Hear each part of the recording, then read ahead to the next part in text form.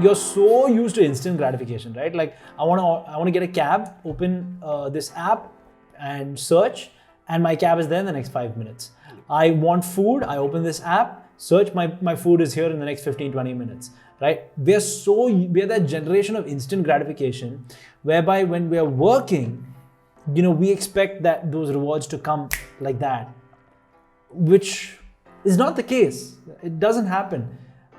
Some of the greatest people in the world have not gotten to where they've gotten by, just everything happening overnight like that. It's not how it worked. And weirdly, that's one of the things that will never change. Weirdly, people feel that, I do one viral video, I'm set for life. I get so many eyeballs on me. After that, I'm set. Which may be true in a lot of cases, but how long is that fame lived? It's very short-lived, right? Some of the greatest YouTubers and content producers in the world have failed to be at the top of their game for the simple reason that consistency is key. Karan Machado, or RJK, is the radio jockey at 94.3 Radio 1. He handles the morning segment along with a few other segments too. We go into so many important topics, but at the same time, keeping it very light and funny. We talk about his journey of how he finally got here and became an RJ at Radio 1, how he tried his hand at photography and film school, and how radio beckoned him and got him to be one of the most recognizable voices in Bangalore today. We also go into how you shouldn't have or put all your eggs in one basket, how he has diversified his career and just things that he's interested or keen in by taking up something like stand-up comedy. Also taking up whatever volunteer work he can do with education. And more importantly, we also talk about the issues with social media and society.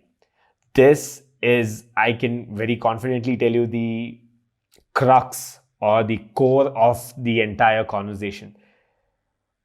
Although we try a lot to move away from the topic, it's something that is very close to his heart in a way that he feels social media is more of a curse than a boon, and I to some extent agree that is the case.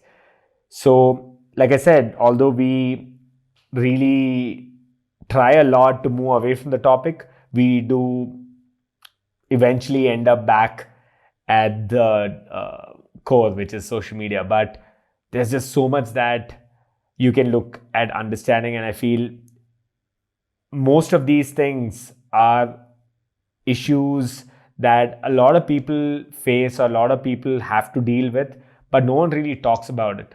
It's only in setups like this or in instances or conversations like these that you really can uncover or gain some insight, and I feel that sort of value is definitely there in this episode. So yeah, like I said, there's just so much to take away, and I can't wait for you guys to get into it. Okay, so before we get into the episode though, like I mentioned in one of the previous episodes, if you could let me know in the comments below as to who you would like to see on the show next, someone who's a Bangalorean or someone who's settled in Bangalore or can somehow make their way to my place here in Bangalore, and someone who would really tie well with the theme of the show and who you feel would really add value to the viewers and listeners, I'd like you to mention that person's name in the comments below. And if in case you're listening to this over audio, then consider dropping me a DM on Instagram, and yeah, I'll take that into account and probably reach out to the person and get him or her on the show too. Alright, let's just get right into it. Without further ado, this is Karan Machado.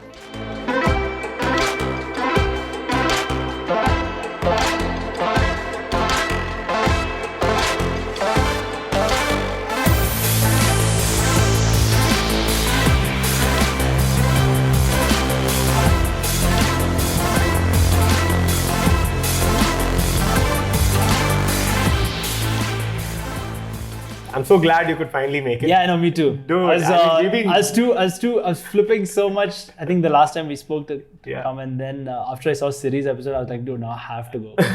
So And that was funny. yeah, it was really funny. Series one was just. You were right. The video was more fun than the audio. Yeah, you were like, you should watch the video as well. So Yeah. I did that. Yeah. And that's the thing, right? You get to really see reactions, the emotions, really seeping through film. Correct. Audio's great too, Yeah. but nothing like film. Yeah. And that's basically what we're doing we're here. doing, Yeah. Got it. So, yeah, dude, I'm so glad that you're finally here. So, I think there's a lot we can talk about. Yes. There's just, and you, like when we were talking over a call as well, you mentioned that I've already given a TEDx talk around something like this. So let's not go into that in depth. Yeah. But I think some of the key aspects of our conversation, at least from where I'm coming from, where I see it going to, is probably going to be a little around that, where I think you have a lot to add, especially because you're gone from different industries and kind of dipped your toes, seen whether this works. Yeah. So maybe for people who don't know you, I told you as well. Yeah. I'm not really a radio person, and I'm sorry. Yeah. But I remember I had this conversation with my wife. I've been talking to a couple of radio jockeys as well. She's like, oh, okay, so there's this guy, Karan. She's like, oh, okay, which radio station? I think I said, I'm not sure, 94.3 or one of these. Like, yeah, RJK, I think. And she's like, wait, what? What are you talking so about? Sweet. Like, are you serious? So what are you sweet. talking about? So I'm sweet. like, why is he have you heard? Of course, like every day, all the morning shows. I was like, damn, okay, so yeah, he's probably going to be here. So, yeah, and guess what? You are. So, yeah, so maybe walk us through that. I mean, I'm extremely happy to be here. This is, I think what's nice is the fact that it's like very casual and candid, and I don't know where we'll go, but we've started. Yeah. And let's see where this goes. Yeah, absolutely. Yeah. So maybe let's start there. What has your journey been like in Bangalore? Or rather, how have you gotten here right now? Right. Because like I said, although it's a little bit around the journey, I'd like to talk about, things that people don't necessarily otherwise talk about. Sure. Right? You see these kind of conversations happening towards the latter end of a party. Sure. When you just introduce yourself, you're like, oh yeah, so you have that opinion. So let's talk about it. And then next second, you're losing your shit. Yeah. So, maybe let's go through a journey bit first, and then we'll probably dive deeper. Well, so I never knew I wanted to be where I am right now. I had no idea. As I was telling you when we spoke last, it was like an accident. Everything that happened was like a solid accident. I did a degree in media for the pure reason that I was like, I don't know what I want to do, but I know it's something around this, and these are things I'm kind of good at, so I'll figure it out. Even as I was done with college, and that's undergrad that I'm talking about. Yeah. I had like zero clue that, but I realized I was really good at photography and film and stuff like that. So I was like, if I don't try it out, it's something I'll probably regret for the rest of my life. That's when I went to Mumbai and I studied at Xavier's Mumbai, and I did that and I loved it. I made, I think, 9 short films over a tenure of 9 months, and it was freaking amazing. I loved it. But then at the end, like something, I don't know, and it wasn't the profession, it wasn't film, it wasn't, doing work with the camera. It just wasn't that. It's just that what happened was when I was in Mumbai, I have a lot of friends who are comedians who, when I was in college, were just starting it, and now they're some of the biggest names in the country. Yeah. And they would invite me to open mics. I would go to open mics, and then I said, hey, maybe I should tell a couple of jokes at open mics. So I started doing that. And then I realized that as I went to open mics in Mumbai while I was in Xavier's, that I love being in the spotlight rather than being behind the camera. And that's where everything flipped for me. But I was like, I finished my course and I was like, now what do I do with it? Yeah. So I interned with the radio station when I was in my undergrad, which is the same station I work at right now. They called me up, said, hey, you want a job? We've got this position open. I didn't know what I want to do, so I just went with it. I just said, sure, I'll try. This is when you were in Mumbai? Yeah, this was as I was coming to my graduation. They said that there's this job. Are you interested? I said, sure. And I just took it. Like there was no other, and it was for pure lack of choice. It was no, I just thought that while I'm still figuring things out, let me just do something. Yeah. So I did that. I started as what I like to call, I say this a lot, so you'll probably find this a lot on the net, one level above janitorial staff which is a digital producer. Okay. So a digital producer is basically a person who handles Facebook uploads, which sounds so weird, right? Like, but in 5 months of joining, I was on air. I'm not as a primetime host or whatever. I first filled in for people when they were ill. I did score updates, traffic updates, and then I started doing a Sunday show with this girl who's now my contemporary in another city. And things just kind of just rolled and fell into place, and I never saw it happening the way that it did. But now I host the morning show. Yeah. I actually started on the international network show, hosting the afternoon show. Oh, okay. And then, as serendipity would have it, morning happened. Weird thing is, my boss at the time was like, I was like, dude, why am I on afternoon? I should be on morning. I was telling him, and he's like, no, you know what? You're not made for morning. Like the feel of you is like more this thing. Yeah, snoozing. Afternoon and I don't think you'd ever this thing. So it's so sad because he was told to tell me these things. He didn't actually believe them himself. Yeah. And then when I became morning, he was like, dude, I was just asked to tell you this, this rubbish. But actually, I felt you were always built for morning. But I'm glad it happened. I've been with Radio 1 for the last, it's 5.5 years now. So coming up on 6. And yeah, it's been an interesting ride. That's the professional front. Yeah. That's. There's a lot of other things that have happened. I'm trying to crunch it into one little ball. Yeah. Even before we get there, but that's where I started. So do you think the decision was a little easier because the job was in Bangalore as opposed to it in Mumbai? Oh, of course. I have particular love for Bangalore. I think you do too. Yeah. Because it's such a lovely city. Imagine you earn 20 rupees a month, hypothetically. You're not spending 15 rupees on rent. Yeah. Right? Like in Mumbai. Yeah. So, also the pace of Bangalore is so nice. It's laid back. It's not like go. And I know there are a lot of people who love that kind of life. And no shade on them or whatever, but it's not for me. Yeah. I like enjoying life one bit at a time. I like slowing things down. I've never been the type to be like, oh my God, tomorrow I'll start a new project. I'll do this, I'll do that. I'll go meet that person. I was like, no. I've always been like a very, one thing at a time. Yeah. Things will happen when they have to kind of guy. So that's why. Nice. Yeah. So I'm sure that obviously pushed you or at least made your choice a little relatively easier. Definitely. Right? Yeah. And the fact that you were there and like you said, serendipitous, right? Yeah. The fact that you were just graduating and they called you back. And that's also because you interned at Radio 1 prior. So did you really put yourself out there during your undergrad days in the sense that maybe with comedy or with radio as well?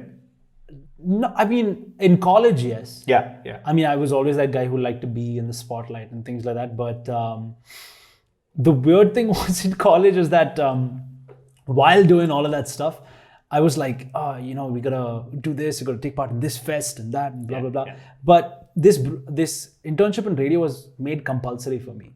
So I don't know, you've heard of the very famous or infamous, whatever you want to call it, Christ College. Yeah. Which is... I'm a Mallu dude, so... Oh, yeah. So you know what it's like. It's like your own family. Basically, it was compulsory to do an internship at the end of your first and second year. So the first year I did an internship with The Hindu. Okay. And I realized that, bro, I am not going into print journalism. There's no chance in hell. Because it's hard work. But it's just not for me. It's so... I would say scary. It's scary. The only good part about it was the fact that they had a canteen where you got lunch for 2 rupees, which was great. So it fits into that 20 rupee. Yeah, exactly. For the 20 rupee, exactly. But aside from that, my second year was an internship with Radio 1. Mm-hmm. And I was that enthusiastic intern where I was like, I'll come at 7 in the morning. When you have to come at 11 in the morning, I will leave at 10 in the night, even though I have to leave at 5 and 6 in the evening. No, I'll be here. I'm good. You want me to do something? You want something? You need coffee? I'll get it for you even if you don't want it. I was that kind of guy. So I was over enthusiastic. I don't know how people at the time coped with me. I was a pain in the ass. But But yeah, I guess I stayed in touch with them. Yeah, yeah. Once in a while, I would come down, just interact with them, and it was really worth it. It paid off. Yeah, and I think that sort of networking or that sort of connections really go a long way, right? I mean, especially if it's an industry that you either you're certain about that you're going to, kind of leave some sort of, footprint behind. Yeah. Or it's something that, okay, maybe this could be something for me, so let me just give it a try. The funny thing was, I didn't even know that this was a industry that I wanted to get into. I was just like, it's that feeling when you get your first job, you're extremely excited and you want to do a lot. It's something that I think weirdly, it's really, I know people talk about networking a lot. I actually feel it has nothing to do with networking. I actually feel I feel if people are, passionate, driven, hardworking, I feel the networking will happen by default, right? You don't even have to try. You don't have to go up to a person, introduce yourself, give them your card. Yeah, that doesn't work. That doesn't work at all. But however, if you're working extremely hard and you're delivering things, they are bound to come to you. Yeah. It's exactly. Yeah. I think that holds way higher of value as compared to networking. Yeah, so I was actually going to get to that where you didn't need to do that because you were already, over enthusiastic and you were there just ready to please anyone. Yeah. And just as I think interns are seen. No, right? I've seen different types of interns, man. Like I've seen I've seen interns who are like, bro, I'll just go for lunch for 3 hours and come back. I'll 2 rupees canteen, bro. Yeah, I'll have freaking 3 hours I'll have biryani for 3 hours, take a nap and I'll come back. I'm like, I don't understand that lot. But anyways, I've seen different types of interns, but I guess the former, which we were talking about, is always the better one. Yeah, and especially when you're new to the industry, right? Yeah. So even with my previous job, we had a lot of interns who used to be picked up from colleges during their 7th or 8th semester, and they used to work here. Start working, Yeah, and then, if they do well, it converts into full-time role. Exactly, and everyone who was in college was like, oh, that's the cool guy. Yeah, he's got a job. Yeah. Wow. Yeah, and only that guy knows whether, it is as big as it's actually turned out to be. Yeah, because at the end of the day, you go and work and then they're like, you're just getting coffee for people, filling in Excel sheets, like dump work and stuff like that. Dude, Excel is the most important skill on earth. I would disagree. Word is. So Office. Yeah, let's agree to disagree with that. Yeah, for sure. Yeah. Damn, dude. Yeah, absolutely. And even like I was saying, so with my previous job as well, all my managers and the seniors, the leadership used to be super into and ecstatic when new folks come in. Sure. Because they really, at least I can say the norm was that they used to kind of liven up the place and even light it up to some extent. So they're like, it's great, you guys have new ideas, although it could be shot down, whatever. And the fact that you have no real boundaries because you don't know what to expect. Love those people who are like open to ideas and learning and things like that. Like I'm talking about you're so senior, but yet you're open to hearing from the young people. Yeah. I love those type of people. And that's what I think the culture of a company really trickles that way, right? It comes from top to bottom. And that was the case for me actually. That's what happened at Radio 1 because the management was amazing, right? They were it was fun and games and they were open to trying new things, even if they would fail, which was, I think, one of the most exciting things of starting to work in a place that mirrors the mindset that you kind of come with. Yeah, absolutely. Yeah. And it's not just with these kind of, I'd say, I don't want to say pros, but even the sadder side or the dark side of a corporate company or any company for that matter, any brand, right? If the team's working late, it's probably because that's just the norm that's been set, right? And if the leader or the CEO or the founder or director decides, at 6 o'clock is where we draw the line, and you just get back home because family time is important. Yeah, it's important. You need to really have that balance. Yep. Because this whole work-life balance is a funny I'm so happy COVID happened because it's like told everybody to just chill the F at home. Just like I love it. So But that's the thing, right?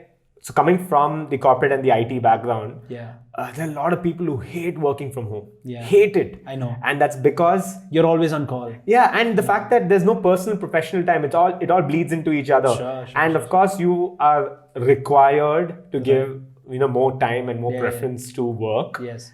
There are a lot of people in my firm and my team as well. Like, dude, I'm glad that we have to come to work because I know for a fact I can leave. Like, for instance, if there's a cab, they know that it's a company cab and I have to leave. Yeah. And if I need to restart or kickstart work again once I go home, it takes some time and they don't expect that. So it's okay. And now, you know, a lot of guys are like, okay, so I was praying for work from home, I got it. The other bunch is like, oh shit, what just happened? Why COVID? Yeah, dude.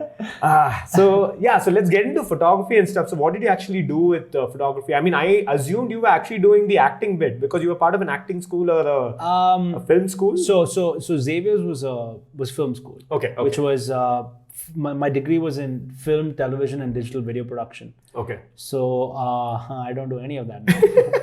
But I'm sure production goes a long way, right? You kind of really get the end-to-end gamut of things. Of course, yeah, you do. But so I mean, I did kind of do that a lot because you kind of have to. It's part of the course. Yeah.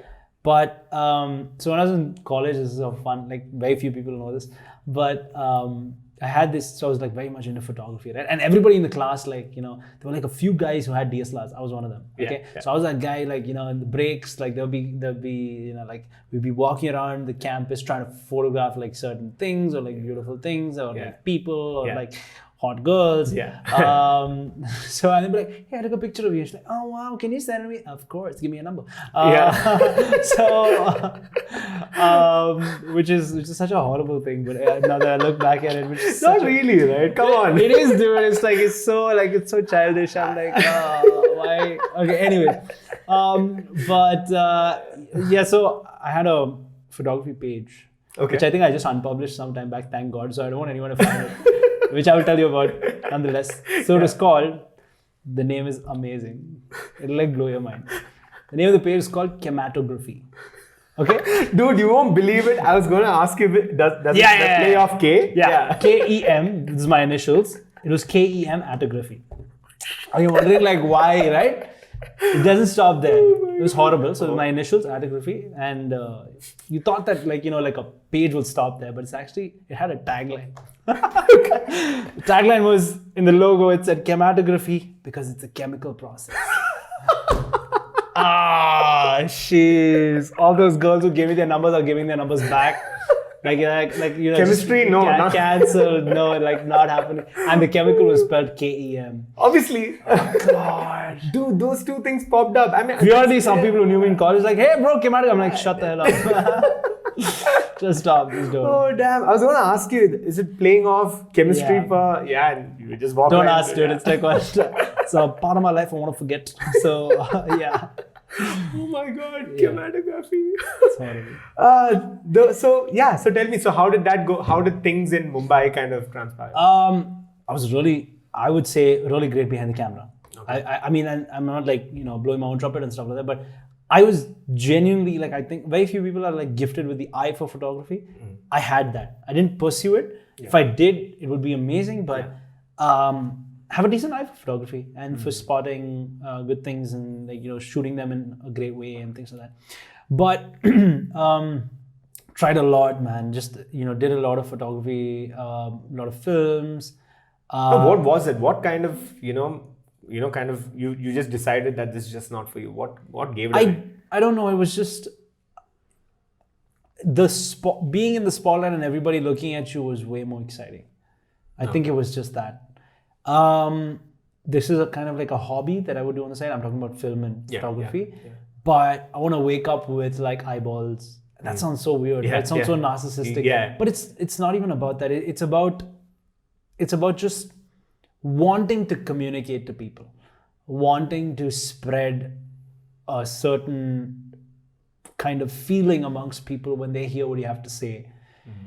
It's a feeling you can't describe a lot, but it's a good feeling. So was there like a life-changing moment or career-altering moment that kind of got you to say, like this probably definitely not for me? Because a lot of people are still in that rut. Yeah, I know. Right? You see a lot of people who just don't know. And see, it's either that people know what's wrong, like you were able to maybe clearly see what the issue was, because it was within the same industry to some extent, right? Correct, You're yeah. basically on the other side of the cam. Absolutely. So maybe you tried out, or you probably saw how the actors were behind the, the cam, on front of the cam, and you're like, this is great. And I see that, that fire in their eyes. That's great. That's what I need Exactly. to have. Exactly. Yeah.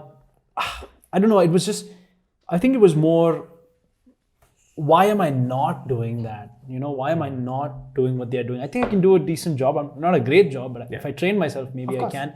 But there was no life-changing moment as such. I've always been, more than I've realized, the type of guy who just really just goes with the flow. So if something is happening, I'm not going to be the person to plan out 10 steps ahead and be like, okay, after 2 years, I'm jumping to this. Yeah. There are people I know like that. Yeah. I've never found any joy in it. It's just you forget to live in the moment right now. Yeah. And you start looking 10 steps down the line, which I feel is so, it puts you in a shell almost, because you know that once you finish with these 5 steps, you've got to jump to the next one. Yeah. And if not, you're fallen behind. So I'm in my own race. I'm not in my race with other, I've always been comparing to others, not so much. No, yeah, I've just, if things have come my way, I've taken them up. Some of them have worked out, which is great. Some of them have not, which is also great. Yeah. But I've just taken things one at a time, to be honest. I've never looked too much down the line, too far ahead. I think that's what's helped, really. Because I can definitely relate to that, because I'm a very process-centric, a very planned, this kind of shit person. Oh my God, She's kind of nodding. I Dude, can see her this yeah, time. I can too. Yeah. So I'm just a classic overthinker, dude. Yeah. And I was even yesterday, my wife and I were sitting down and having this conversation. She was asking me what's wrong, and there's so many things, because I'm doing this, I'm also running a business, and there's basically no money coming in, and there's so many other issues, right? Of course. People who say they're making money in COVID-19 times are lying, unless their name is Ambani. So, something of, I don't see the money in the bank, so what are you talking about? Unless you know him. Yeah. But you're right, yeah. So she asked me a very important question, which was, you should be enjoying what you're doing. But funnily enough, I am. I'm really liking what I'm doing. But it's just that I'm not able to fruitfully actually enjoy it because of stress and worrying and all of that. Like a lot of people. Are you thinking what do I do next to get there and make money out of this? Possibly. It could be multiple things, right? And I think we both really connect at that social media level, and I think we'll eventually get to that. Yeah, and I can't wait for us to get to that. Yeah. Stay tuned. Yeah. So having said that, I know a lot of people who are very either lost or wavered because of 2 reasons. Either they're not doing the right things with their life, which could be that they're not doing the right thing with their career, or didn't get the right education or whatever. And on the other hand, there's also stress and all the other things, maybe baggage, personal baggage, whatever, right? So I feel it's, for me, a little bit on the latter, where I'm getting bogged down by all these other things. It could be me comparing myself to someone else, which again, I'm good at handling, in the sense I look at someone, it's okay, that person's living their life, and I pretty much. Not most people feel like that, by the way. Exactly. Most people are wired to get validation, right? Absolutely. Yeah, and this is a conversation. We had an argument yesterday. This entire thing from me worrying, it turned into an argument with my wife, because she had a very different stance on social media. And oh really? I would love to hear that. Yeah. Okay, that should be fun. I should have recorded that. Yeah. Like she starts yelling. I'm like, 1 sec, let me set everything up. No, I didn't do that, but I should have. Next time. Yeah. So basically that. So I honestly don't know. It could be because just how my brain's wired. I could be that way because my grandma's like that. People in my family are like that. It's very hard to not do that. I think everyone's been programmed to that. I mean, like you said, your grandma is like that, and your family's like that. Yeah. But I mean, it's just changed a little differently in the way we do. Like in the past, we would line people up to be in factories, to be like an assembly line in factories. Now that's changed. That's become IT parks. Yeah. Right. You're still lining people up to do like whatever. I like to call it factory work. Yeah. Just the environment's changed. Yeah, just the environment's changed. Yeah. And such people don't have, there are only a few guys who own the company and who have that vision to be like, I'm putting people in line, but I'm reaping the profits at the end of it. Yeah. And things like that. But like people ask me, oh, what's your next plan? Like, what are you doing next? That's so big, which I'm sure a lot of people have asked you as well. Yeah. And you're like, bro, I'll figure it out. I'll Yeah. let you know. I'm not thinking about it. Why are you? Yeah. You know what I mean? So, I mean, I genuinely think if you're feeling like that, you will get there when you get there. Yeah. It's just, I think we've lost out on patience. Big time, dude. It's just gone. Like, why can't people just be patient for the good things in life? I think it comes so easily. Yeah, dude. But I mean, I was listening to this, I think podcast, I was just watching this video where they were talking about how if you're watching TV, it's not just TV anymore. Earlier it was the junk box, right? And you're sitting there and you're watching TV and like, great, and the ad comes on. So what do you do now? Basically pull out your phone. Absolutely. You're consuming something there. Yep. And if there's an ad there, you're doing something else. Yep. And it kind of becomes a very weird vicious cycle. it's like a loop almost. Yeah. So so one simple thing that people have at least tried to do is basically leave their phone at home and go for the walk, which I've started doing. I've been doing that for you. Like I have to take mine because I would listen to music. I'm like, so I'm even trying to figure out ways I can maybe get the right Apple Watch or maybe get the right tech gadget where I don't have my phone on me, and I just still have a gadget. Yeah, Counterproductive. it is. But at least it's not me being walking around being like, a slave to the device. Exactly. I see a lot of aunties around my society who are just walking around watching stuff while they're walking, which is a little funny, right? I mean, like if you think about it, I mean, okay, whatever, right? But just relax. Just like you come outside and you see even the people. So there's a lake right outside. Yeah. People walking around doing the same goddamn thing. I mean, it's. You can't have even a second of free time or just they're scared to be with themselves.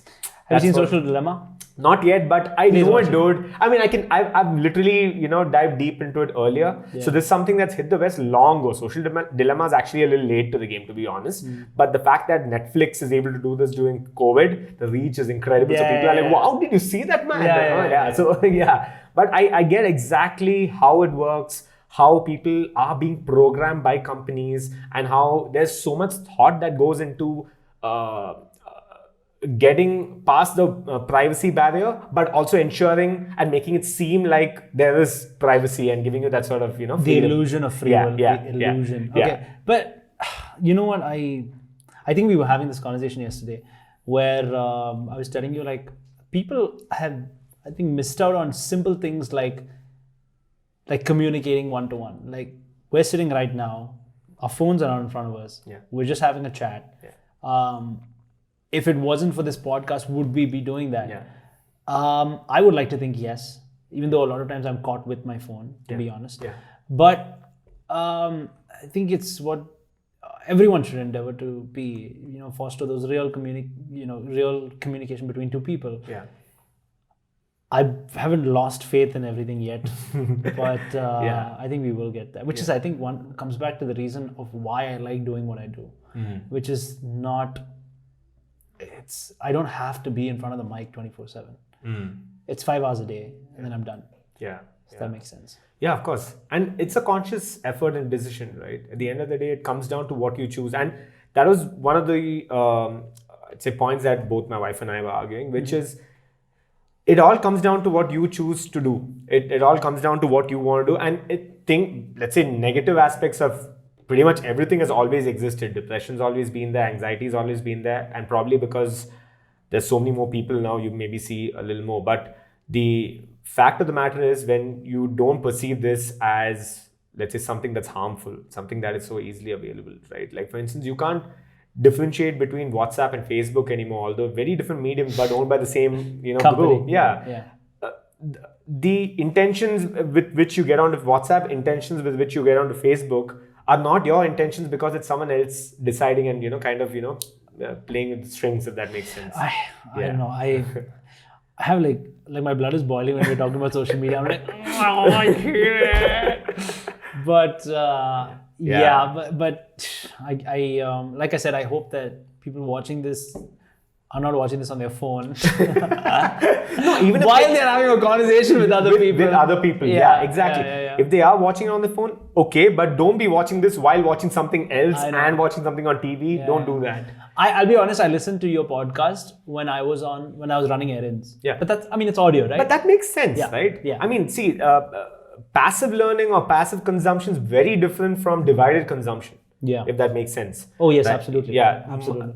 Multitasking is one thing. A lot of people say, oh, I multitask. I mean, listen, bro, you have multitasked and ruined everything. You haven't literally given your all in all these activities. This whole thing of being like this passive listening, right? So, I mean, I was doing my thing, like errands and stuff like that. But I was like, listening to your podcast while doing the same. I was running errands at the bank. I went to the bank and I still remember the day I was listening to that episode. Which is not really, it's that I'm taking away conversation from what, like now I'm making it a habit. Like, instead of just playing music in the car, I'm actively doing audiobooks. I'm actively doing, podcasts and things like that. Something which expands your learning horizon just a little bit more, because there's so much out there. And I've realized, I don't know, you were saying video is great, like, what the video thing. I actually think that audio is even better. Absolutely. The reason for me saying that is I can not sit with a book physically. I will not binge watch like a whole season at one stretch unless it's freaking amazing. But I can sit with audio endlessly. There are different people who learn differently, right? So I'm that person who learns by audio.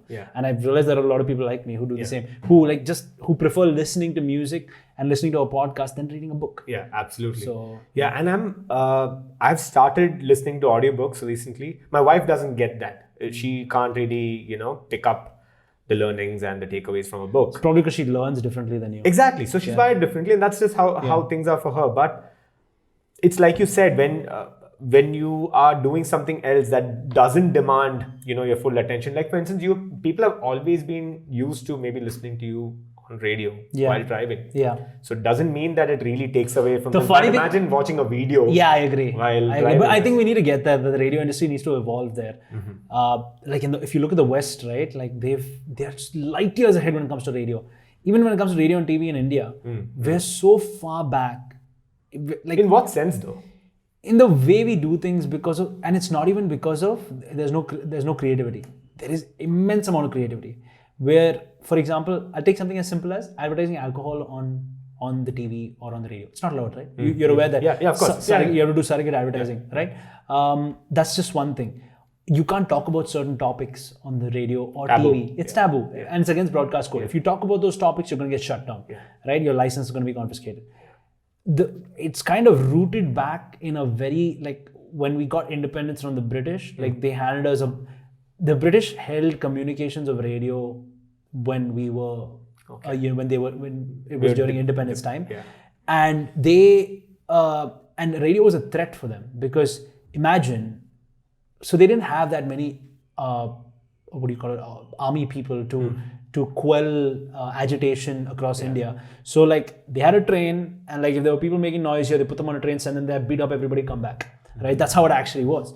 Imagine if Indians had a way to coordinate and say agitation everywhere at this time, do it. Right? Radio is that medium which reaches 99% of India. Right? More than your digital smartphone. Radio penetrates 99% of India. And you can fact check me on that. Which is unbelievable. So that coordinated attack, so once we got independence, the British had handed over this broadcast, this thing that we had, and Indians saw it as another, we also thought that, it can be a threat to our independence and our democracy. So let's govern it, let's keep it as it is. The broadcast code has not been changed for years.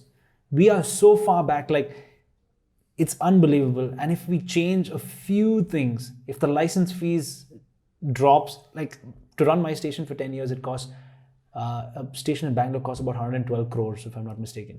Wow. Right? That's the license you pay. That's just the So you pay 112 crores to say that, hey, I'm broadcasting at this frequency for 10 years or 15 years or something like that. Right? So it's a lot of money. And imagine, that means in 10 to 15 years, the company has got to make back 112 crores and more and profit, and pay salaries and overheads, blah, blah, blah, blah. It's a little impossible. And because you make it so expensive and you hold so much, so much, there's so much red tape around the entire thing, we don't get the content that we are looking for, that we can evolve into. Yeah. That way, that's where the internet came in and kicked ass, because it's a free place. You can say whatever the hell you want. Yeah. Right? And you can say whatever the hell you want whenever you want. Yeah. Which becomes even more convenient. Yeah.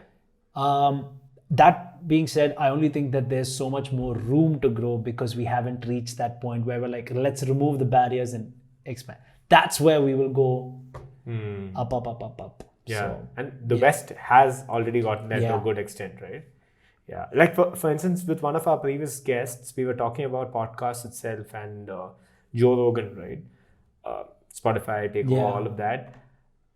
It's now reached a point where Spotify is trying to control and govern the content that goes up on Joe Rogan, which is so weird. It's something that a lot of people don't know. Yeah. So there are people who have desk jobs at Spotify. But it's bound to happen. The big companies pull the shots. Yeah. And if they're going to throw X amount of money at you, and you take that money, you are bound by their rules. But the funny thing is, it's so ironic, right? Because this guy's created 1,500, 1,600 episodes, and he's been bought over, or at least collaborating with, if that's the right way to put it, because of the kind of content he creates. It's no holds barred. It's the kind of, the kind of person he is, the kind of content he's creating. If you kind of try to curtail that and, really create something that's a little different, or at least what they feel is righteous or, politically. I get it, but then they're going to face a lot of backlash as well, because you have to stand by that content as a company, right? Like, it's so weird that we're talking about this and this ad for Tanishq just happened, right? Right, because Tanishq has to stand by that content that they put out. I mean, personally, I will say this straight into camera. I think it's a freaking beautiful ad. Sue me.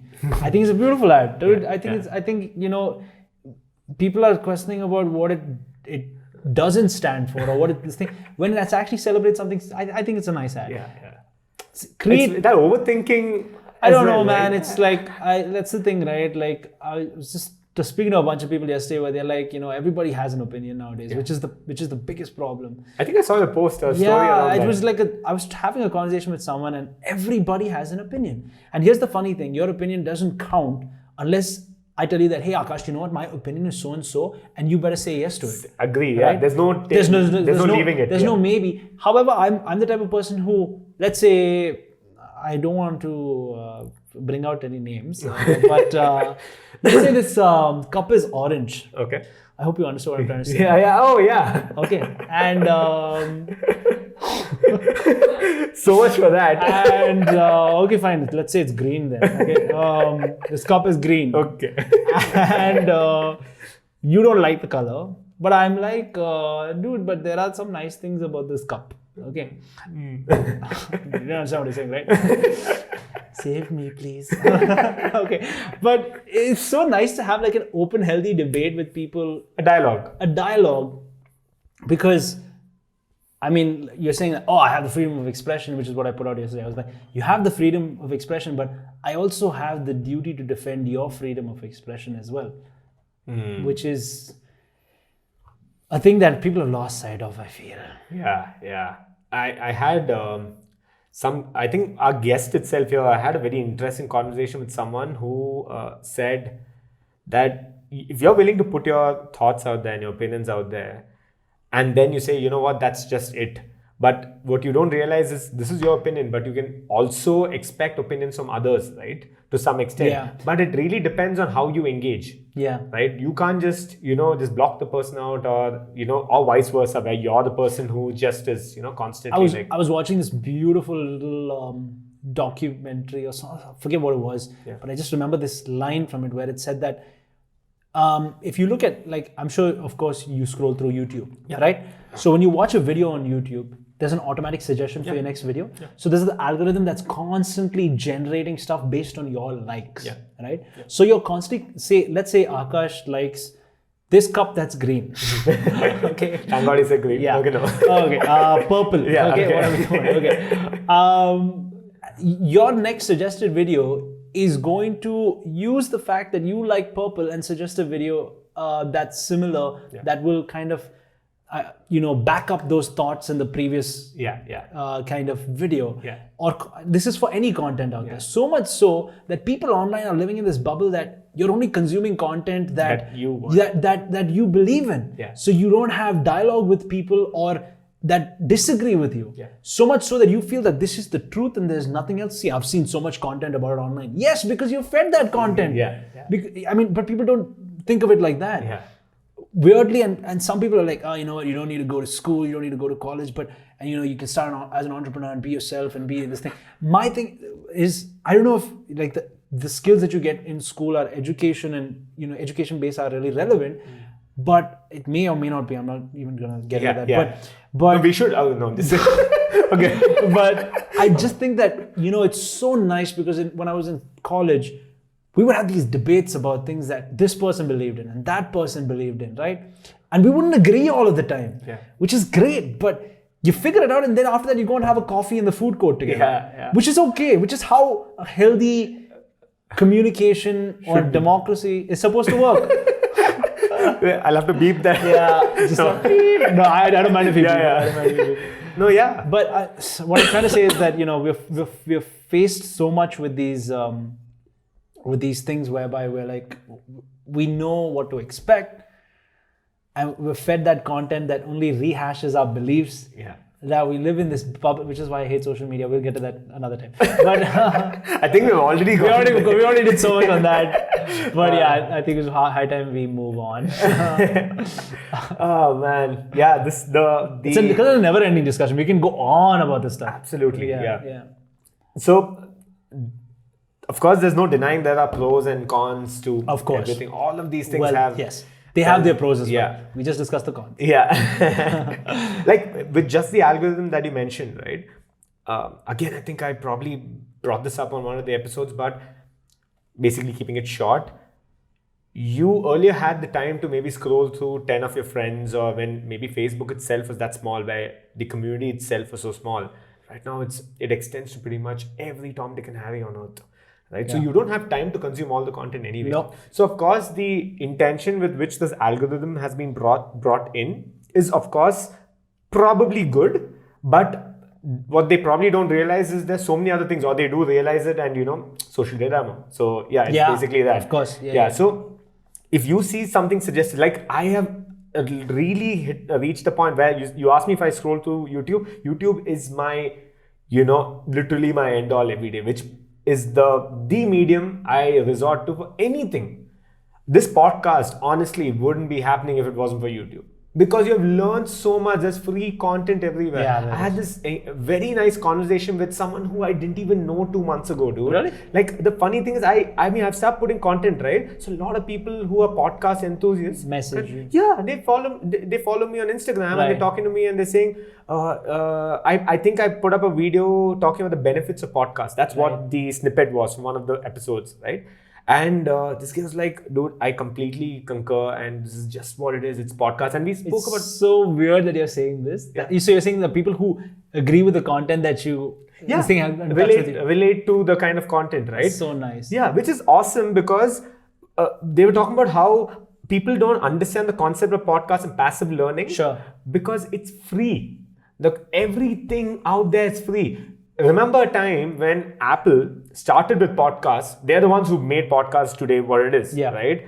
So when they started off with it, I remember anything on iTunes usually had like a premium tag attached to it. Like you pay $9.99. Whatever, you pay something, right? So I didn't really understand what podcast was because it was kind of clubbed together under iTunes. Correct. And people even today don't understand maybe what the medium is because either they don't want to go exploring or they think maybe it's too tedious. It's too tedious rather than scrolling through a TikTok video of like 15 seconds. Exactly. Which is easier. Exactly. That being said, like you're talking about people who have messaged you and who will love your content. It's so weird. So I was watching, so where I consume news every night is now Faye D'Souza's YouTube channel. Okay. I really hope Faye D'Souza you're watching. We'll I hope so. We'll keep tagging her and we'll keep pushing it towards her. We'll do that, But I think the best news out there. So I watched that, and then on last night's panel there was this guy called Varun Dugirala, who is the chief content creator at The Glitch. I know. Varun, He does Advertising is Dead, which is the podcast. Yeah, Advertising it's one of the top podcasts in India. Yeah, Exactly. So I was like, watching him and I was like, oh, this guy's here. Like, I listen to his podcast all the time. Yeah. I was like, hang on, he must be on Instagram. Yeah. And obviously he was. Yeah. I looked up his profile, hit follow, and then I dropped him a message. I was like, Varun, this is going to sound so random, but I just wanted to drop you a message to say that I admire the content that you do, and I'm a fan. That's it. Yeah. I was like, thanks, have a great evening. Yeah. I didn't type it out. I sent him a voice note. Yeah. And he listened to the voice note, and he was right after he came off Fane's panel. I didn't think he would reply. Yeah. You know, because he's a big guy. He's a big guy, and he's a guy who's doing a lot of stuff, and he's busy. So I didn't think he would reply, but I was like, I just wanted to send him a little bit of love. And he replied, and he sent me a voice note back, and he was like, I'm so happy you sent a voice note because I'm that type of guy who loves listening to how people sound when they type something. And he was so kind about it. So, and to get something from someone like that, you would have been, I think, Varun Dugirala for that guy. I don't think so, but who reached out to you and was like, hey, I love what you did and stuff like that. So you would have been in his position, and I can only imagine how that feels. Yeah, dude. I think there's this person, this YouTuber and content creator I follow, who kind of talks about the same thing where we'll get into books because I want to talk about that to some extent as well. Sure. But the fact that these authors and guys, these personalities just receive mails in like just loads of mails from their fans. And there are these people who really stand out because they take just maybe 5 seconds to reply and say, great job, keep going, or something on those lines. That means the world. I mean, that could basically, sprout another one of these, kind of personalities. That's what weirdly, happens to me. And you said your wife listened to my show. Mm-hmm. When people listen to me, I always say, drop me a message, say hi, stuff like that. People are like skeptical to do that because they're like, what are the chances I'll get a reply? Cut the crap, dude. What the hell? Why would you reply to me? Yeah. Right? I make it a point every time I'm on the show, every single person who texts in, I reply to each and every one of them. Yeah. Okay. And I don't have to, but I just like hearing what people say. Yeah. And I send them back a voice and they're like, wow, you replied. Yeah. And I'm like, I just think that, and so much so that these are the people who message me every day. Good morning, how are you? What's going on? Just good morning forwards. Yeah, no, not even that. Like they personalized messages. Type out, hey, this happened to me today. How are you doing? So much so that a lot of these people have become like part of like a big family for me. And it's amazing the amount of love that you get. And they're so every day without fail. Yeah. Like, there are people who text in, say good morning, say, this happened to me. I thought of you. I just thought I'd let you know that this happened. I just want to let you know that piece of content you just put out was amazing. I loved listening to that. I love that song that you just played. It could be anything as simple. Or it could be like a freaking, like there's this girl who this morning listened to some Hindi cover of an ABBA song. Okay. And she's like, I thought of you when I listened to this last night. I was like, why? And then I listened to the song because it was so disgusting. And she knew I would shit on it. So she was like, the first person I thought it was, like, I have to message you in the morning and send you this. I was like, thank you, you've officially ruined my morning. I was joking, but that kind of thing, like it's unbelievable. I think some people really underestimate the reach of radio is just like unbelievable, dude. And it's such a nice thing to have people come and message. There are very few people who message in out of the millions of people listening in. Yeah. But when they do, it makes it so worthwhile. Yeah, absolutely. And what you said, the reach of radio is one thing. The reach of being nice is just incredible, right?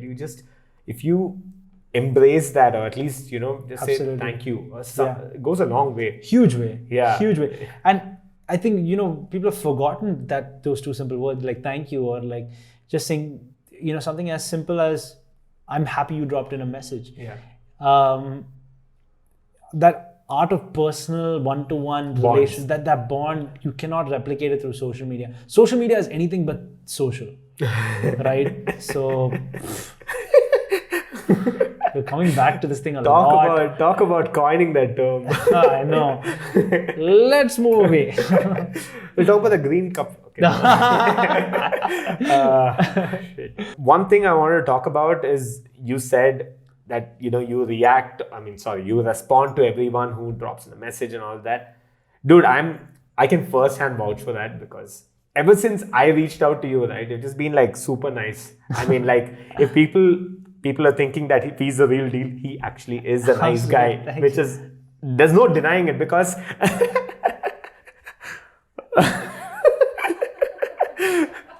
you're coming across as a sexy, nice person. Oh yeah, thanks. Like, oh yeah. I mean, you're not like whoever does a sexy face, like, who does that? Right? Clearly. Sexy for whom? Yeah, exactly. For this plant. Okay. Yeah, dude. So it's just great that I think ever since I reached out, you've just been very open to coming down here and even if you didn't come down, it took so long. We've been talking. Yeah, we've been just talking. Yeah, which is just awesome because there is this inhibition that people have, like you said, and even with the guests I'm reaching out to, some of them are a little haughty, some of them are like, they're snobbish. I'm like, I don't want to respond. Yeah, whatever. And they don't even sometimes respond. They've seen my message, all of that too. Sure. But so many other people like you yourself, Siri, and other people who are doing very different things, but still have the time to kind of, just sit down and have a conversation. Dude, I work 3 days a week now. I have all the time in the world. Oh, okay. Is there like an opening? Okay. No, I'm serious. I work 3 days a week. That's something. Is there like an opening? So like that? Yeah, dude. What the hell? No. I just physically I work 3 days a week. So it's a life now, man. I love it. I get time to do everything I want on the side. It's just I hope my company is watching this. This new contract. I love you.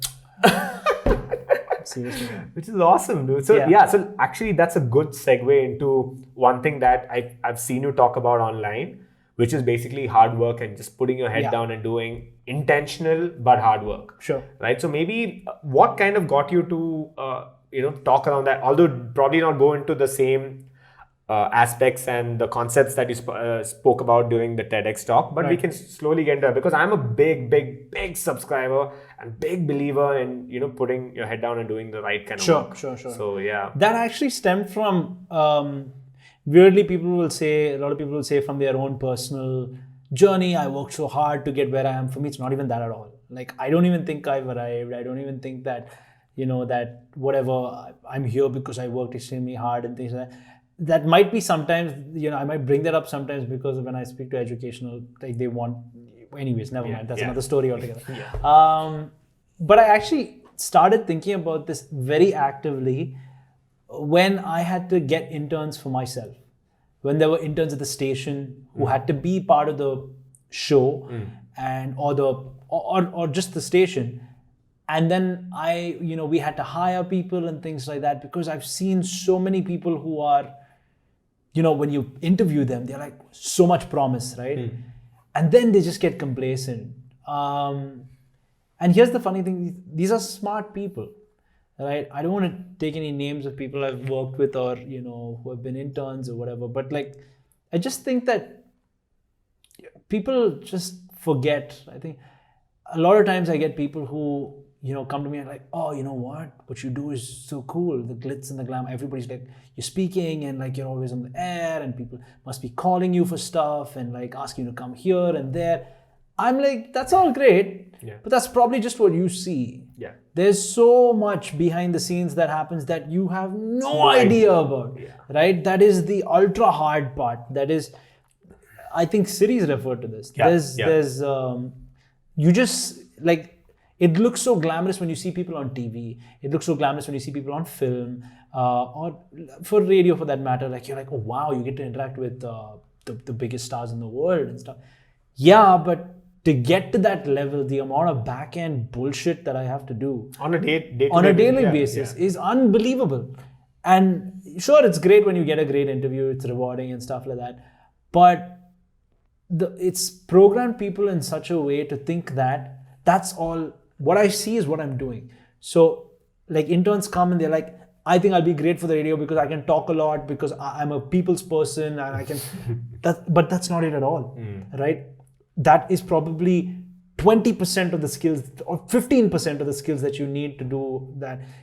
Largely the skills that come behind, just being a hardworking, passionate, honest person is something that applies to any field. And I've seen people with so much promise that just got bored so easily. Which is sad. Is it because they're in the wrong place, or is it because they don't have the drive, or what's the... I think it's social media. Fucking we're back here. According to what you're saying, it's just media. It's not social media anymore. I think like, okay, the stuff that you see, wherever it may be, is that you're so used to instant gratification, right? Like I want to get a cab, open this app and search, and my cab is there in the next 5 minutes. I want food, I open this app, search, my food is here in the next 15-20 minutes, right? We're that generation of instant gratification, whereby when we're working, we expect that those rewards to come like that, which is not the case. It doesn't happen. Some of the greatest people in the world have not gotten to where they've gotten by, just everything happening overnight like that. It's not how it worked. And weirdly, that's one of the things that will never change. Weirdly, people feel that, I do one viral video, I'm set for life. I get so many eyeballs on me. After that, I'm set. Which may be true in a lot of cases, but how long is that fame lived? It's very short-lived, right? Some of the greatest YouTubers and content producers in the world have failed to be at the top of their game for the simple reason that consistency is key, right? And hard work. And like the best example is like someone like Lily Singh, who's Superwoman, one of the biggest YouTubers in the world. She's not always been right in what she's not always done the right thing, but she's been at it, hardworking, passionate, done it day after day, again and again. And look at where she is today, right? And she's fought through depression, she's fought through suicidal tendencies. It's unbelievable. But, coming back to what we were talking about, which is, I think the reason that I believe in all this stuff is the fact that people have forgotten that patience, hard work, and passion is the foundation of building anything, even if it's in a relationship, right? You have to, build on basic communication, on the you've got to set the foundation right before you build the building. So that's why I feel bad about it. Because believe it or not, if the foundation isn't right, everything's going to come crashing down one day extremely hard. And I've seen that happen to so many people. I'm not saying like, I'm set, I have my things straight out, so I know. But you know what I mean? Like I'm talking because we're talking about on the topic of why did this happen? So even like you said, being a one-hit wonder, being someone who just randomly goes viral, right? It's just viral, which is so short-lived. So short-lived, But you see a lot of people coming out of that and gaining heights or the fame that they have if they already have enough good content around them. That's key, right? And if they have those skills that they worked on persistently, and I hate to, like, I'm trying specifically not to bring this back to social media, but that seems to be the easiest example, which probably everyone would understand. But I'm talking about this from a pure work perspective, right? I mean, you doing whatever you're doing, you're not probably here today because your foundation was right. Even like, for example, when it came to like reaching out to someone, right? When you reached out to me, the way you did your communication was nice, was great. Most people will be like, bro, I got this thing, want to be on it? No, okay, we don't want to get lost. I mean, I've got so many other people I can reach out to anyway. So exactly, like there's that attitude also, like where people are like, I've got thousands of other people, there's this many people on my podcast. But there's that basic thing that everybody's forgotten so much, which is what I keep coming back to. Another thing I bring up, or at least brought up in, I think, the initial episodes of the podcast is anything, like irrelevant of which industry or what you're doing, you can only see the success and only see what is at face value, but everything that's gone behind that, each and every decision, the toil, the hard work, everything, probably years together, right? Absolutely. And it's just, it might seem like an overnight success to you, but that person's probably been at it for years and months together. Right? Absolutely. Yeah, and even sustaining virality, if that's a word, if you want to be viral, is not easy either. No. I mean, if you're going viral, that means you have to satisfy more people. Yeah. Which becomes a big thing, right? And a responsibility also. Yeah, of course. Yeah. So, everything, if you're looking at, let's say, a sports person, the effort that the person's putting in at the gym or, going for runs and, on their body is what, like Virat Kohli is incredible. Yeah. I hate cricket. I'm telling you. But you're an awe of the man. Yeah. At the hard work and the passion that he puts in. Man, it's ridiculous, right? Yeah. I despise the game, being very honest. Right. And I remember the time when Virat Kohli started making, headlines. Headlines. And he's like the best player on earth right now. The highest paid player is up there with Messi and Ronaldo and all of that. Great. Yeah. A lot of people are like, it's because, Indian cricket, BCCI, all of that. But the guy puts his head down and works, Absolutely, man. yeah. I mean, it's ridiculous. So all of those things matter. You can't become a Virat Kohli and there are interviews where he's like, I used to do this, I didn't care about my diet. I didn't focus too much on everything else. I used to focus on sport politics, worrying about how I look, how I'm supposed to, those initial days, if you remember when RCB got him, right? Of course. He sucked monkey balls. There's no denying that. He was the captain of the under-19 team. Okay, one big shit. Yeah. But the guy after that, have you seen his trajectory? Yeah, I know. You're absolutely right. And that applies to entrepreneurs as well.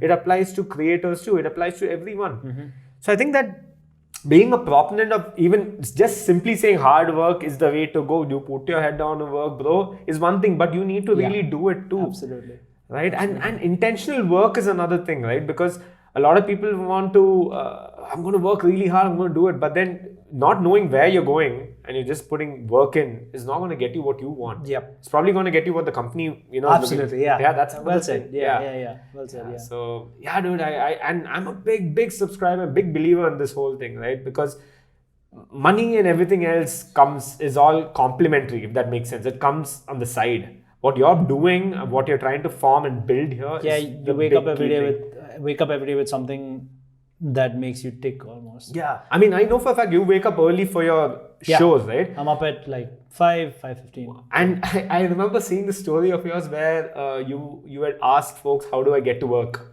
Yeah. Something on those lines. And I think you finally took a Yulu and you went down. Yeah. So fun, man. So fun. Adventures. Yeah. It was great. But the fact is, if you weren't motivated to do that, you wouldn't wake up with Omega and you wouldn't be there. By the way, believe it or not, I was never a morning person. I was a late all-nighter kind of guy. I was like, the type of guy who like to stay awake till 2, 3 and then go to sleep. Work forced me to be a morning person and now there's no looking back for me. I do not want to become that late night. Coffee in the morning? Yeah, absolutely. That's one, but also like, I think once you realize that being a morning person has certain perks and like, you're up and like you have so many extra hours in the day, there's no going back. I don't know if you're a morning person. Oh yeah, you are? Big time, dude. Oh, okay. So there are a lot of people, again, something I keep saying on the show, but a lot of people think I've quit my job. I mean, I've left my company that I started and I'm doing this full time and all of that. Right. But there's a lot that goes behind the scene. Although I have a team working there, I'm constantly in touch with them, of course, following up on things. So I have a call at about 9:30. I wake up at 4:35 in the morning. You're up that early? Nice. Yeah, okay. And I'm editing till 9. Okay. I'm doing this work, to kind of understand how things go, because I can get a team for this too. But the intention is not that. Intention is to kind of really understand, get the first-hand feeling of what this entails. Yeah. I can't explain my creativity and ideas to some. First of all, I don't necessarily think I'm a creative person, but just sitting down and doing this work, right? Yeah, it gives you like a discipline almost. Oh yeah, man. And I've realized that I do have a side of creativity which I've never explored before. Yeah. I'm very happy with the kind of videos I'm creating right now. I can't explain to you. It's incredible. I'm feeling really happy. Good. Right? And video production, audio production, freaking content creation. I've never done that shit. Never done that before. I was off Instagram for 2.5 years, dude. Why? Completely off, because I was just, fuck that shit. Why do I need Instagram? I wish I could be like you, but unfortunately I can't. Your situation is that, circumstances is that. Yeah. But I genuinely hope to delete social media one day. And the day like not just for you, but I mean, no, for everybody, yes, but the day I do, I will DM you about it. How? I'm glad you got it. Yeah. Yeah, no, but Absolutely, dude. It's so when I had to start marketing this is when I got back into the Instagram scene, Right. and I know how the algorithm works and all that. I've done my homework, so I'm still not riding that wave. Like if I was constantly posting, I would have been at a very different score. Of course. Right, algorithm wise, and I would have been, at least Yeah. the reach and all of that BS right now. Yeah. But I've had to get back to that. That's cutting into a lot of my time. I'm course. not getting to focus on what I have to actually do. I think it's really gutsy that, or rather, not gutsy, I want to say it's the wrong word to use. I think I admire a lot of people who have done a certain something for X number of years, and then they decide, I'm going to switch with no consequences. With as in, like, I don't care what the consequences are. Yeah. I think such people are amazing to watch, number one. But also, I think because there are so many people, like I'm not your type. I've been in the same company for the last 5.5 years. I was, dude. I was with my previous company for 5 years. Last year, I decided I'm going to start something and I'm going to do it side by side. Right. See if it works. It did. So I left my job. Right. It's all circumstances. I guess, but like I'm saying, I think people who like you, for example, like who have left something steady, like a corporate job, and said that I want to do my own thing, figure it out. It's great. Figuring it out, dude. I mean, so tricky scenario. COVID hit as well. Yeah. We were doing really well, to be very honest, and things would have been very different. Fine. So whatever. You can't really, go back to that. It is what it is. Yeah. But anyway, I'd made up my mind that I'm going to try this, till the end of the year. A lot of people are like, I can't do this. I can't, get out of my comfort zone. Either because their lifestyle demands it. Yeah. Or they're just too comfortable. Exactly. Why do I need to put myself through that? Right? Absolutely, yes. Yeah. And the way I see it is, it's a little different, and it's more about, okay, if I don't earn and I don't have money, maybe come December or Jan, I can just get a job because I know I can go to market with the skills I have. Either skills I've built right now or just my skills that I've already had. Not many people think of it that way, Yeah. Many people are too scared to... Yeah, and also I know for the fact in a month or two I can, earn back what I've maybe lost to some extent. That's the way I see it. Yeah, but like you're saying, I know very few people who think like you. Correct, dude. And that's the thing, right? But see, at what cost? Because a lot of people are depressed when they hit their 40s, when they hit their 50s. Or they don't know that they're depressed, or they realize this is what the other person's doing, so I might as well just do this. Yep. And you can't do it when you have other, you have your family, you have other things responsibilities. Which is why you're like, I'll take responsibility on early. Yeah. I'll get married at 25. Yeah, even earlier. Big time. No, but I can tell you, hack definitely works. Yeah. I'm not going to lie. I mean, our plans were to move. That's what you're saying. Are you agreeing? She's agreeing. Dude, yeah. What have you done? Screw that, Karan. Like, screw you. No, but yeah, dude. I think the moment you clearly have an idea of what you want to do, I think other things just open up. And this, again, another thing I keep talking about is you can do your regular job and still try other things. Sure. There's no harm in you spending some time in, things that like we were discussing yesterday, like putting your eggs in multiple baskets. Exactly. Yeah. I mean, you tell me about that. I mean, you decided that you would also do comedy while you were also doing radio. Yeah. And right now the comedy scene's not so great except for people who probably are online personalities. But you were tapping into a very different market altogether. How are things there? And at the same time, you chose to do that. It was a very voluntary thing. And like you said, we were on a nice wave till Feb, March. Yeah. And then just came crashing down. But of course, people will get back. Sure. Yeah. So, maybe... So I was doing radio for so long. I've always been a theatre person. So I used to do musicals and I used to act. Done a couple of ads as well on TV and stuff. It's all nice. It's great.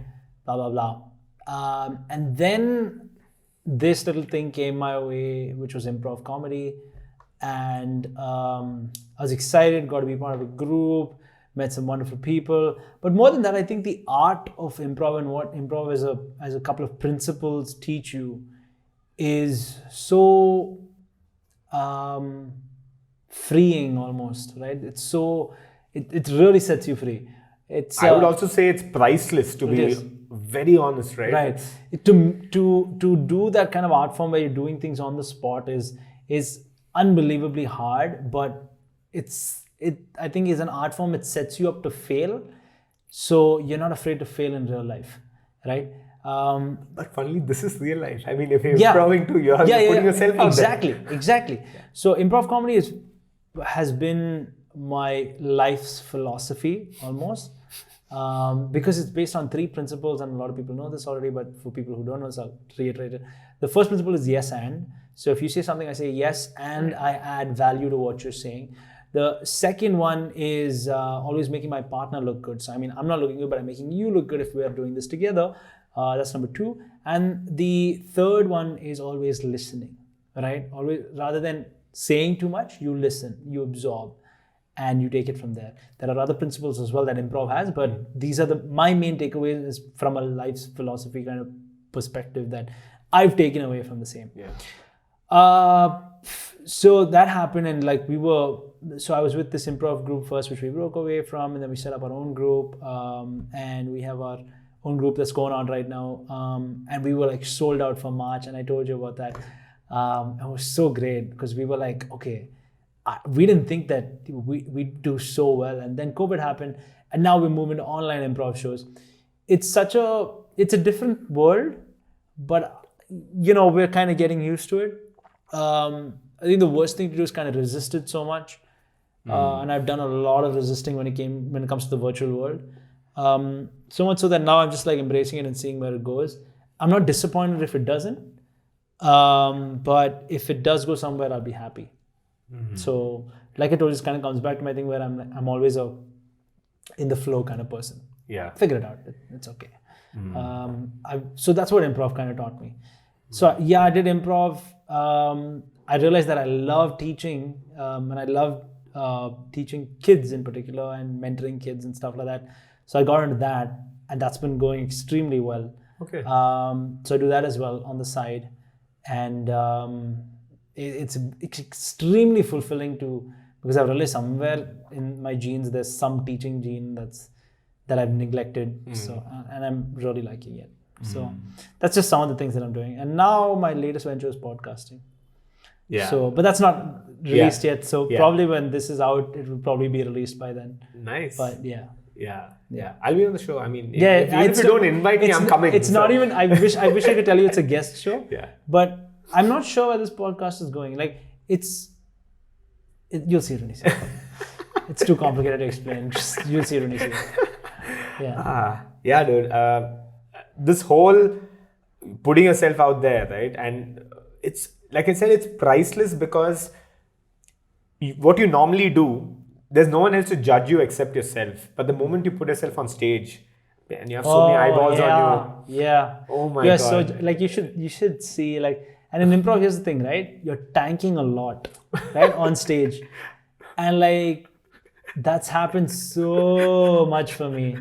So much so that you come off stage and you're so upset that you did such a bad show and stuff like that.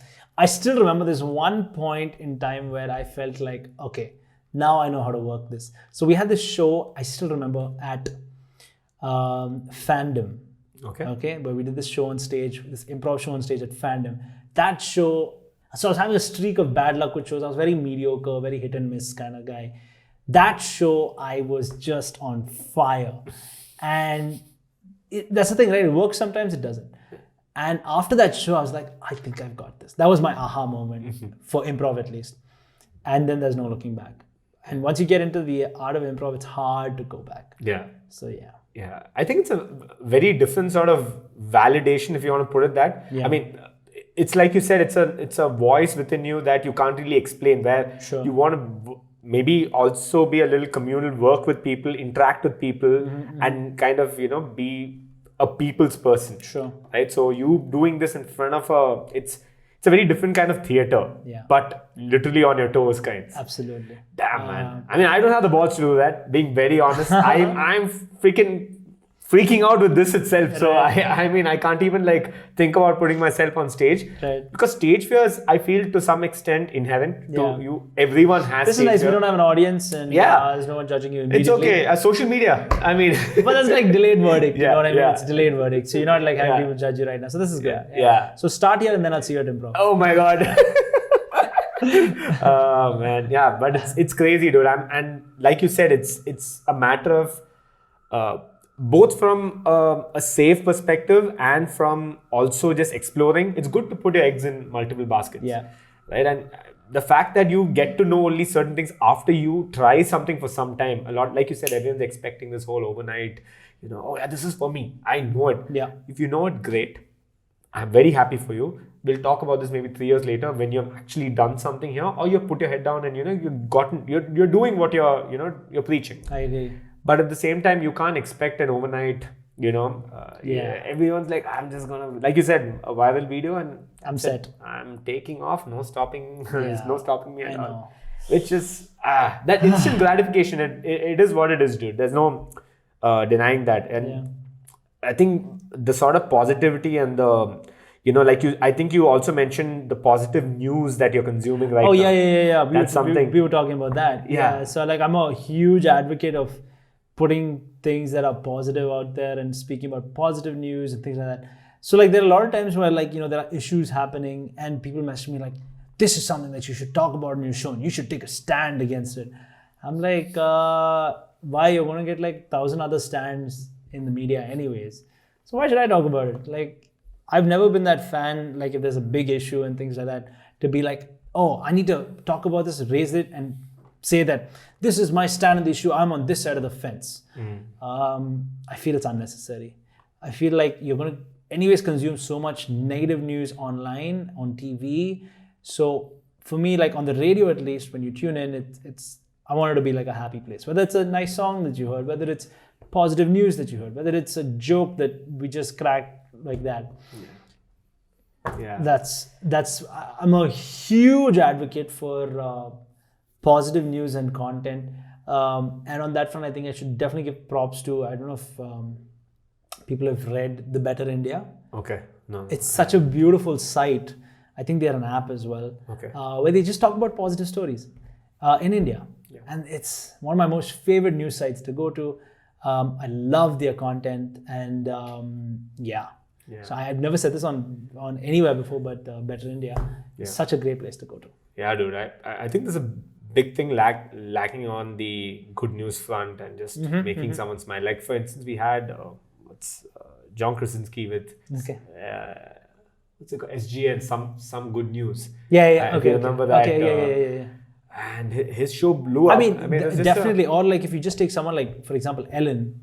Yeah. We don't have like our equivalent of Ellen in India is Kapil Sharma, which is like a horrible. I'm surprised that you even like put them at the same level. Dude, no. When I've asked people like who's the equivalent, I've heard. It's not that I'm saying it. Yeah. I've heard other people saying like, oh, Kapil Sharma. Yeah, of course he's great. Have you seen him dance? No. I'm like, bro, you can't even compare, dude. Like, how can you so? Yeah. I mean, that being said, I know Ellen's been through a lot of controversy of late, but never mind. I'm still a believer. So yeah. So, for instance, with Tuxtan, at one point we had a segment which was, I think, something good with Tuxtan, where it was just good news and, from all around the world and even from India, where we just, reshared someone else's content. So nice. I mean, it's so important, right? Yeah. And this was especially during that COVID phase. Right. Everyone's, looking at this meter going up. Oh my God. Number and oh my God. The funny thing was like, when in COVID times, right? Like when COVID happened, lockdown, like it was in place and all that. Like somehow you switch on and then you're like, everybody's doing something. How is everyone doing something? I'm lagging behind. A different way of comparing yourself. I'm like falling behind. People are doing so much. How? I'm like stuck. My job is not even certain. Like, but like the simple things like, sharing great content, kinder content. Or even if it's something as simple as just, I did this whole support local businesses thing, which was such a nice thing. I think this is a time more than any time in the past that we need to support local businesses. Did that. I think it just brings so much positivity in the community as well. You know what I mean? So just support someone's business. Like a friend. Yeah. Anyone. Yeah. Even a complete stranger. Yeah. You lose nothing. Yeah, absolutely. And I've been following that tenet for a while now. I see anyone who started something, I mean, all they are looking for is some sort of validation and just getting the word out there. So, there's no harm in just sharing. Absolutely. Yeah, I mean, absolutely. Yeah, dude, but you know how it is with social media and all that. They're like, you pay me, dude. This discussion has become about social media. I was trying so hard not to make it about social media. I'm like, social media with social media and social media. That's this. So what is on YouTube? Yeah, dude. And I mean, I know we have spoken about a lot of things. Is there anything else that you particularly feel that we should, I actually just thought of this because we were just talking about it. I was just talking about like ideas of romance and love. Yeah. Which is so go ahead. Unspoken about. Right word, dude. Correct. We should look it up on social media. Yeah. Jeez. It's just like thinking like I don't know. No, because one thing I think it slipped my mind earlier is where I mentioned work-life balance. Yeah. Which a lot of people don't. I mean, the term doesn't make sense. What the hell is work-life balance? I mean, work is part of life. Yeah. So you just find the right balance. I think the part where we spoke about bleeding into personal and professional life and all that. It's easy for you to blame everything on work and say this is what it demands of me, but you obviously have a life outside that and a lot of other factors that could constantly be bogging you down. Sure. So like we discussed, although I didn't get into or rather get married early on to kind of get that out of the way, that's not it. But it turned out that actually worked in my favor. So for instance, those kind of simple things which you're clear on, if you quickly pursue it and you see that it's something that you're truly invested in, it could be for anything. I'm just talking from business to anything, passion to something that's really close to your heart. I think that goes a long, long way. Yeah. And you'd never know. I didn't get into it thinking, man, we'll get hitched and that's just how it is. Do you ever look at your parents and say, I don't know how that worked? Yeah. Like that's why I told you my parents got married early, so I'm like, I'll also that's not right, but that's not. I was just wondering. No, dude. No, like have you ever, I saw that face and I was like, oh shit. Are you sure? Like, but like I'm just thinking like this whole concept, I think, which comes back boils down to our, like we talk about personal communication and communication between one another. Yeah. Like it's become such a impersonal world whereby you are a matter of a left swipe or a right swipe away from interaction. Or rather, if I can't believe I'm saying this, but I'll already start laughing. The conversation, I'm just saying, like, let's say hypothetically, two people right swipe on each other and they match. Dude, sometimes the first question is ASL. Yeah. Like, I'm like, what has this been reduced to? Like, at least say what ASL is. Like, no, ASL, T, me, M, mensch, peep. There is something around this. Okay, I don't know, because trying to complete the sentence. By the way, I've never ever been on any of those kind of apps. Yeah. I forget which is that app that started it all. There's one where you get into basically an open chat room. I've heard of this. And the first question say, instead of saying hi, you say ASL. Yes, Smeagol. Smeagol, yeah, maybe. Yeah, something on those lines. On the web, right? Yeah. Smeagol. So we used to do this thing when we had sleepovers in college. We would go on Smeagol and like type like really deep conversations with people, because people would be like, ASL, so today I'm feeling sad. And type out like just like to piss people off, right? Because then like we used to do like, dude, this is like weird teenagers rubbish that we used to do like to pass time as people. Yeah. Bro, you replied, bro. Yeah. Oh, we have done that too. We've had notepads open. Yeah. Where we've had the script ready. Copy paste. Yeah. We used to do that. Yeah, of course. But I can't believe that we're in this world right now. And I think, I don't know, it's going to become more impersonal, whatever, but I think maybe for people who are watching this or listening to this rather, if you can maybe find some semblance to get back to being more human, try it. It's great once in a while. But I don't even know, like, the only reason I thought about this is because we started kind of talking about it. So, but I don't even know where I'm going with this, but yeah. No, but it's true, dude. Like, I don't know about you, but good friends and close friends, I can literally count in maybe one or two hands. That's Yeah, about exactly, it. right? People who you can really. Here's something crazy. Everybody, it's so weird that you said that, because people might think that, oh, he's such a social person. Yeah. He's talking to everyone. He's got so many friends. So many friends. Bro, I am the most private, how do you say, like, quiet, non-social person that you will ever meet. I like my space. Give me a chance to sit 2 weeks by myself, do nothing, I'm good. I will do it. Not meet anybody, I'm great. Yeah. I think a lot of friends who watch this will agree, I am the worst person at keeping in touch.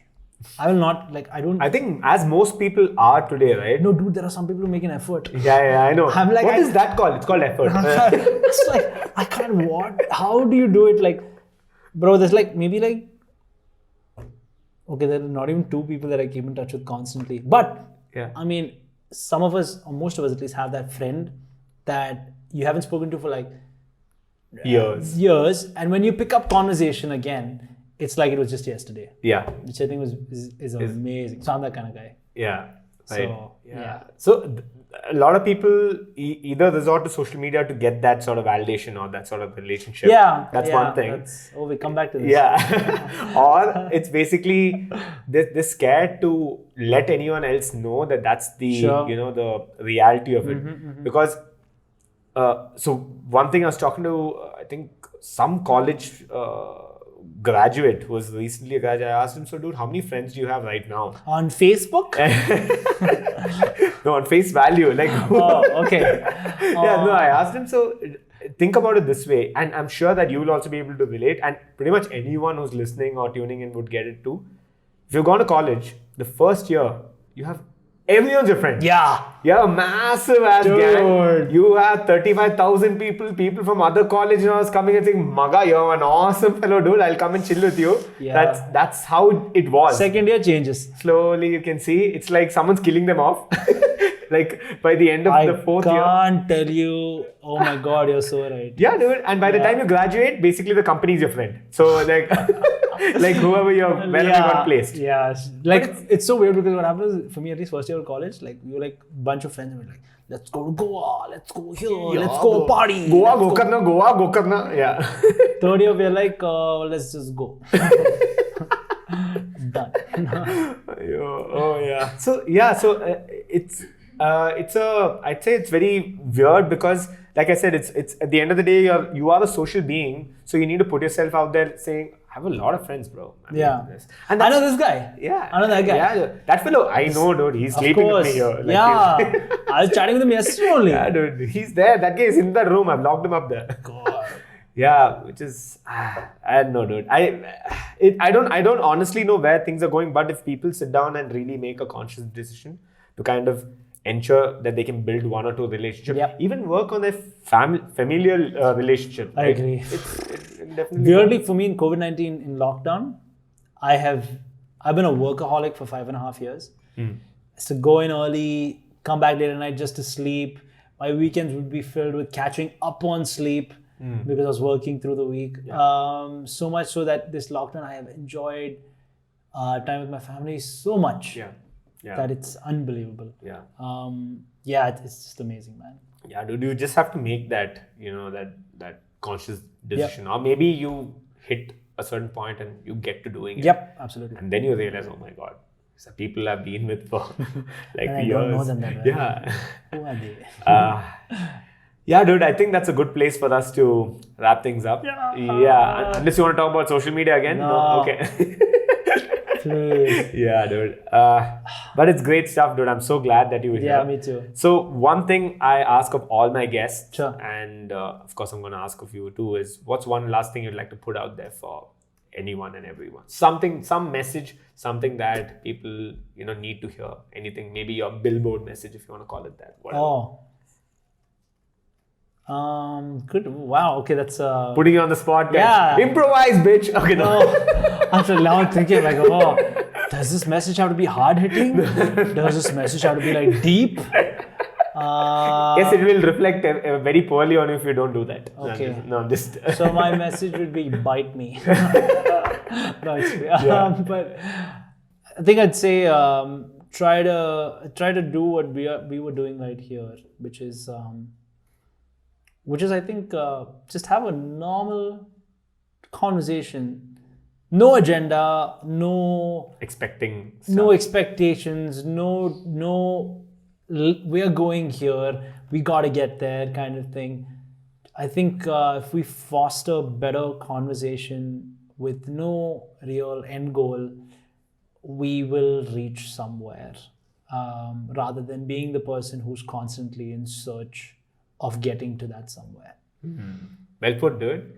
Killing it. No, but that's It's off the top of my head. Yeah, no, it's absolutely. And I think that ties well with what we were talking about today too. So yeah, and if people have to find you online, where can they find you? Tinder. No, Facebook, Instagram, Twitter. My handle is offair with K-A-Y. But thank you for this, man. This has been so fun. And awesome. I'm so thrilled we got to do this. This is awesome. Okay, Google. Cut the lights. Sorry, I don't understand. It's probably because you were dissing I know. social media. You suck, Google. You're still listening. It's gone. Okay. Dude, thanks a lot, dude. This was awesome stuff. This was fun. Thank you so much. Dude. Awesome. Thanks. And cut. So, how do you like it? It was a truly fun one, right? I did tell you that. The guy is truly and genuinely a nice person, and he's constantly looking at building the right sort of relationships and also engaging with people to at least put a smile on their faces.